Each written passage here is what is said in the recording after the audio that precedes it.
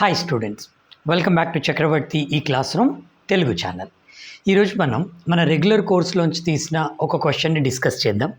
చాలా మంచి క్వశ్చన్ అయ్యా. ఇది యాక్చువల్గా మన బేసిక్ కోర్స్లో క్వశ్చన్ నెంబర్ 111. ఇందులో ఇది మనకు పర్సంటేజెస్ చాప్టర్లో. యాక్చువల్గా ఈ క్వశ్చన్ మనం పర్సంటేజెస్ చాప్టర్లో డిస్కస్ చేసాం మన కోర్స్లో. కాకపోతే ఏంటంటే ఇది blend of percentages and ratio and proportion. For that matter ratio proportion మీకు ఎంత ఇంపార్టెంట్ చాప్టర్ అంటే ఒక పర్సంటేజెస్లోనే కాదు, చాలా చాప్టర్స్లో అరిథమెటిక్ ఆర్ క్వాంటిటేటివ్ యాప్టిట్యూడ్లో చాలా చాప్టర్స్లో రేషియోస్ యూజ్ చేసి మనం చాలా ఎక్స్ట్రాడినరీ షార్ట్ కట్స్ మనం యూజ్ చేయొచ్చు. అందుకనే నేను ఎప్పుడైనా స్టూడెంట్స్కి ఏం అడ్వైస్ చేస్తానంటే డేటా ఇంటర్ప్రిటేషన్ చేసే ముందు percentages, averages and ratio proportion ఈ మూడు మీరు థరోగా ఉండండి. డేటా ఇంటర్ప్రిటేషన్ కళ్ళు మూసుకొని చేసుకోవచ్చు. ఓకేనా? అయితే ఈ క్వశ్చన్ నేను మళ్ళీ ఎక్స్ప్లెయిన్ చేస్తున్నాను.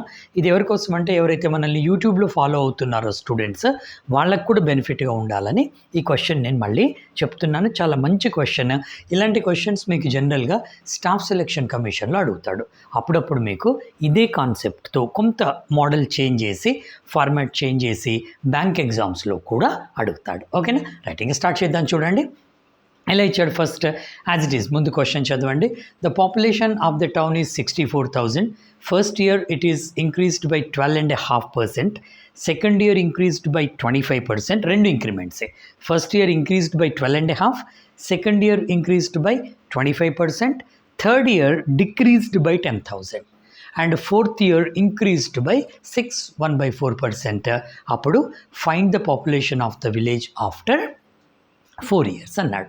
ఓకేనా? ఇది మనం చిన్న టెక్నిక్ యూజ్ చేసి, రేషియోస్ టెక్నిక్ యూజ్ చేసి without writing anything on the paper also we can do. ఏమి రాయకుండా కూడా మనం జస్ట్ మెంటల్ క్యాలిక్యులేషన్తో చేయొచ్చు. కానీ నార్మల్గా ప్యూర్ మ్యాథమెటికల్ వేలో వెళ్ళాలంటే మనకి ఎక్కువ టైం పడుతుంది. ఎలా? ఫస్ట్ పాపులేషన్ ఎంత ఉంది? 64,000 తీసుకొని దాన్ని 12.5% ఇంక్రీజ్ చేసి మళ్ళీ తర్వాత 25% ఇంక్రీజ్ చేసి మళ్ళీ దాంట్లోంచి 10,000 తీసేసి వచ్చిన ఫిగర్ని 1/4% ఇంక్రీజ్ చేస్తే అప్పుడు మనకు ఆన్సర్ వస్తుంది. కానీ ఎగ్జామ్లో మనకు అంత టైం ఉండదు. మనకు యాక్యురసీ కావాలి, యాజ్ వెల్ యాజ్ స్పీడ్ కూడా కావాలి. అందుకని ముందు బేసిక్స్ థరోగా ఉంటే మంచి ప్రాక్టీస్ చేస్తే స్పీడ్ ఆటోమేటిక్గా వచ్చేస్తుంది. చూడండి ఎంత సింపుల్గా చేయొచ్చో చూడండి. ఇప్పుడు ఫస్ట్ ఇనీషియల్ పాపులేషన్ వచ్చేసి 64,000, అది పక్కన ఉంచుకోండి. అయితే ఫస్ట్ ఇయర్ మనకి ఏమైందంటే ఇంక్రీజ్డ్ బై 12.5% అన్నాడు. సో మీకు అందరికీ తెలుసు 12.5%ది ఫ్రాక్షనల్ వాల్యూ తీసుకోండి. ఇది మీరు బై హార్ట్ చేయాలి. నేను ఒక లిస్ట్ ఆఫ్ 50 ఇచ్చాను. నేను 50%ని ఫ్రాక్షన్స్గా ఏ ఫ్రాక్షన్స్ వస్తాయి అవన్నీ మీరు గుర్తుపెట్టుకోండి. సో దట్ మీకు ఎగ్జామ్లో ఈజీ అవుతుంది. 12.5% అంటే ఎంత అయ్యా? 1/8. 1/8. ఓకేనా? అంటే 1/8 అంటే దీని అర్థం ఏంటి చెప్పండి. మీకు పర్సంటేజెస్ బేసిక్స్లో చెప్పాను నేను.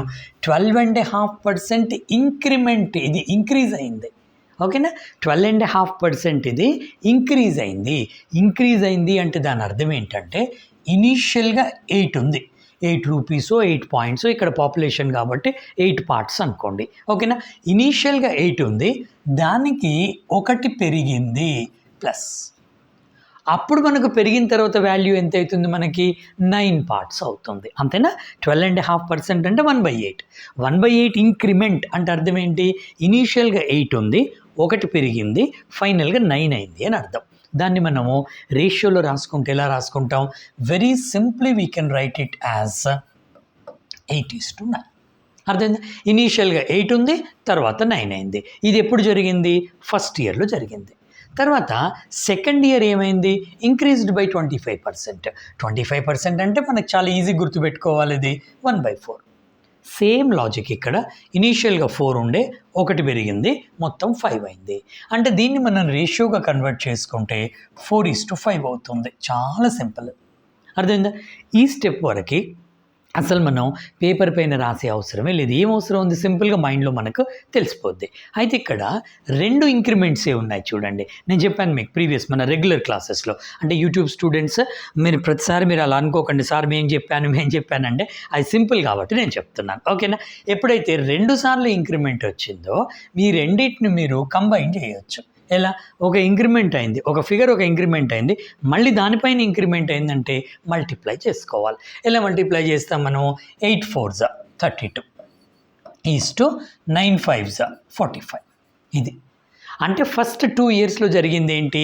32 నుంచి 45 అయింది. ఇది ఎప్పుడు? First 2 years. నేను ఎందుకు మల్టిప్లై చేశాను? 2 ఇంక్రిమెంట్సే మనకు. డిక్రీజ్ ఉంటే ఇంకా షార్ట్ కట్ ఉంటుంది, నేను అది చెప్తాను. ప్రస్తుతానికి 32 నుంచి 45 అయింది. మరి థర్డ్ ఇయర్ ఏమైంది? 10,000 ఫిగర్ అనమాట, 10,000 డిక్రీజ్ అయింది. మరి దీన్ని ఎలా చేద్దాం చూడండి, చాలా ఈజీగా చేసుకోవచ్చమ్మా.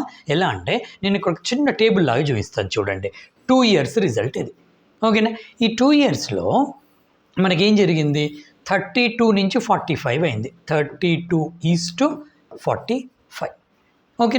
మరి థర్డ్ ఇయర్లో ఏం జరిగింది మనకి? ఇక్కడ -10,000 అయింది. 10K అని రాస్తాను చూడండి. తర్వాత ఫోర్త్ ఇయర్లో మళ్ళీ ఇంక్రిమెంట్ 6 మనకి వచ్చింది. అయితే దీన్ని మనం ఎలా చేయాలంటే చాలా ఈజీగా చేసుకోవచ్చు. ముందు మీరు 6/1/4 రాసుకున్నాకనైనా ఇది చేసుకోవచ్చు, లేకపోతే రాసుకోండి. దాని తర్వాత మొత్తం ఒకేసారి చేద్దాం. ఇది థర్డ్ ఇయర్ జరిగింది. మరి ఫోర్త్ ఇయర్లో ఏం జరిగింది? 6/1/4 ఇంక్రిమెంట్. 6/1/4 ఇంక్రిమెంట్ అంటే same thing. 6/1/4% is equal to 1/16. 1/16 అంటే ఏంటి? మనకి 1/16 ఇంక్రిమెంట్ అంటే ఇనీషియల్గా 16 ఉంది, +1 అయింది, 16:17 అవుతుంది, అంతే కదా. సో ఫోర్త్ ఇయర్లో జరిగింది ఏంటంటే 16:17. రైట్. ఇప్పుడు మీరు ఏం చేయండి అంటే ఇంకా యాక్చువల్ ఫిగర్ తీసుకొని దీనికి ఫైనల్ ఆన్సర్ తీసుకురండి.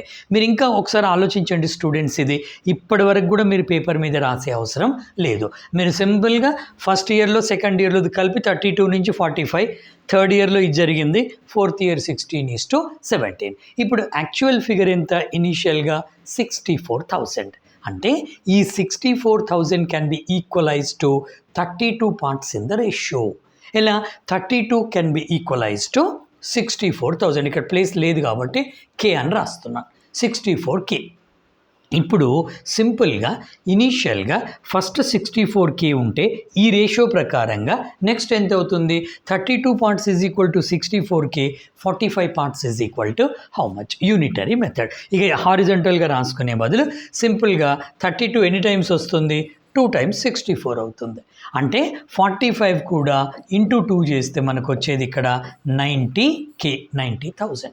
32 parts ఈజ్ ఈక్వల్ టు 64,000 అయితే 45 parts ఎంత అంటే 90,000. సో ఇక్కడ నాకు ఆఫ్టర్ సెకండ్ ఇయర్ తర్వాత పాపులేషన్ నాకు ఎంత వచ్చింది? 90,000 వచ్చింది. ఇప్పుడు ఏం జరిగింది? థర్డ్ ఇయర్లో ఈ 90,000లోంచి 10,000 డిక్రీజ్ అయింది.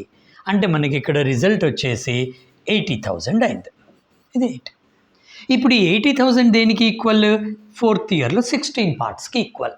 16 parts ఎంత అయింది? ఫోర్త్ ఇయర్ ఎండింగ్ కల్లా 17 parts అయింది.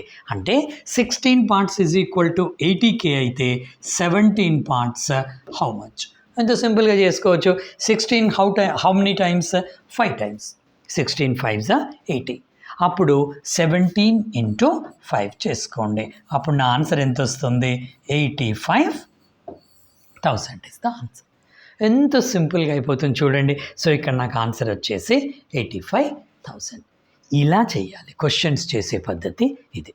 అందరికి ఒక ఐడియా వచ్చింది కదా.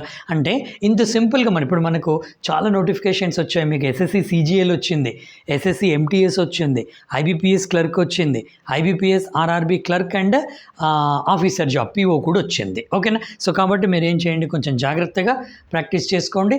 ఐ హోప్ ఇది అందరికీ అర్థమైంది అనుకుంటాను. ఈ మోడల్లో వచ్చిన క్వశ్చన్స్ని ఈ విధంగా చేసుకోండి. Thank you very much students.